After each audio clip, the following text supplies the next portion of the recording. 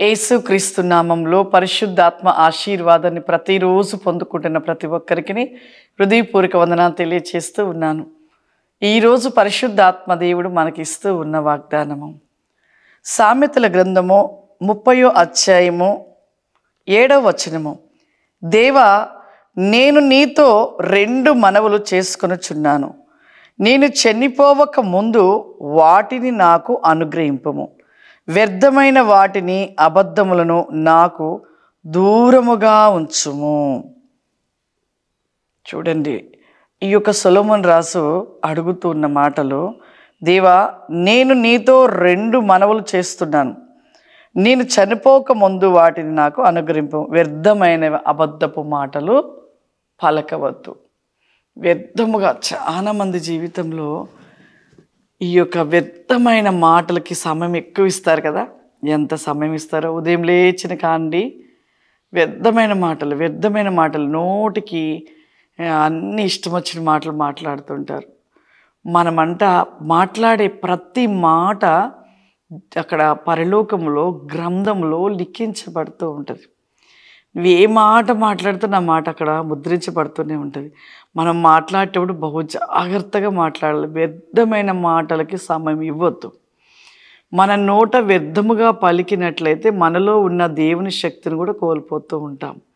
మన నోటి మాటలు చాలా బహు జాగ్రత్తగా దైవికమైన మాటలు, సత్యమైన మాటలు పలికినప్పుడు నీవంట నీ వెముకలకు, నీ శరీరానికి ఒక బలమును పొందుకుంటావంట. ఎప్పుడైతే నీవు దేవుల్లో ఉంటూ నీ నోటికి వచ్చిన మాటలు పలుకుతూ మాట్లాడుతూ అబద్ధాలు ఆడినప్పుడంట, వాటి వల్ల కలిగే నష్టాలు శరీరంలో ఉంటున్న వెముకలు, అవయములను క్షీణించిపోతూ ఉంటాయంట. ప్రియులారా, మన మాటలు చాలా జాగ్రత్తగా ఉండాలి. వ్యర్థముగా పలకొద్దు, ముసలమ్మ ముచ్చట్లు పెట్టవద్దు. మన సమయము ఉంది అంటే ప్రభుతో ఉండాలి.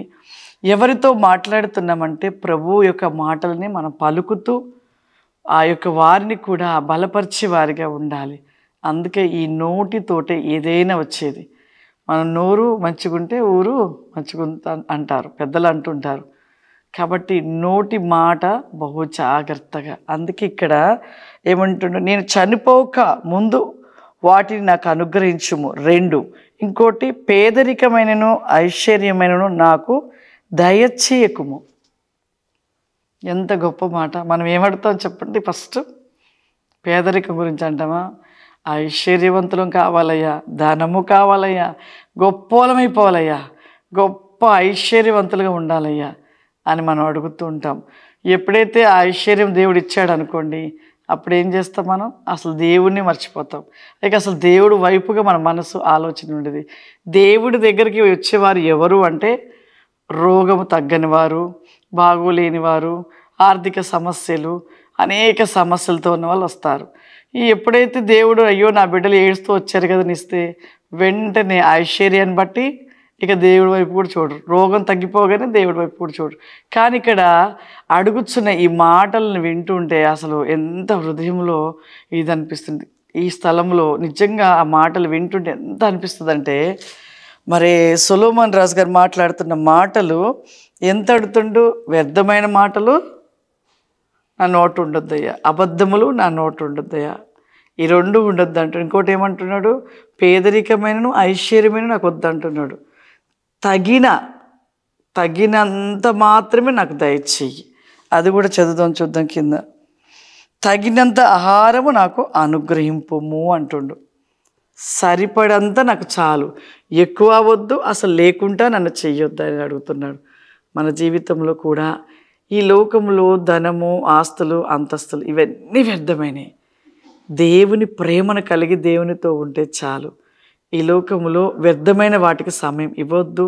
అబద్ధమైన మాటల్ని విడిచిపెట్టి సత్యమైన మాటలు, యథార్థమైన స్థితిని, దేవునికి ఇష్టకరముగా మనం నిలిచి ఉన్నట్లయితే మనకు దేవుడు అన్ని విషయాలలో మనకి అనుగ్రహిస్తాడు. ఆశీర్వాదాన్ని దేవుడు మనకు అనుగ్రహిస్తూ ఉంటాడు. హల్లెలూయా. అందరి కళ్ళు మూసుకున్నట్లయితే ప్రార్థన చేసుకుందాం.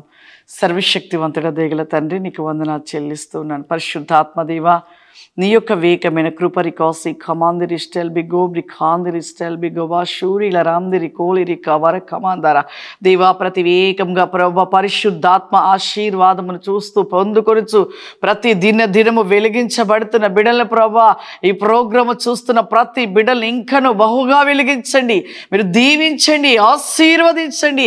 ఉదయకాలమని ఆశీర్వాదం పొందుకుని కృపరి కమాందలరా రోకివాసి కాందిరి వా షూరిల రస్తి దేవా ఇప్పుడే ప్రతి బిడ్డను మీ శక్తి చేత నింపండి అయ్యా, మీ ఆత్మ చేత నింపండి ప్రభా.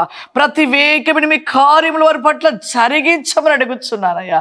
నీ గొప్ప వేకమైన కృప ఆశీర్వాదాల చేత నింపమని యేసు క్రీస్తు నామం నడిచిన తండ్రి, ఆమేన్. God bless you. దేవుడు మిమ్మల్ని దీవించును గాక. ఆమేన్.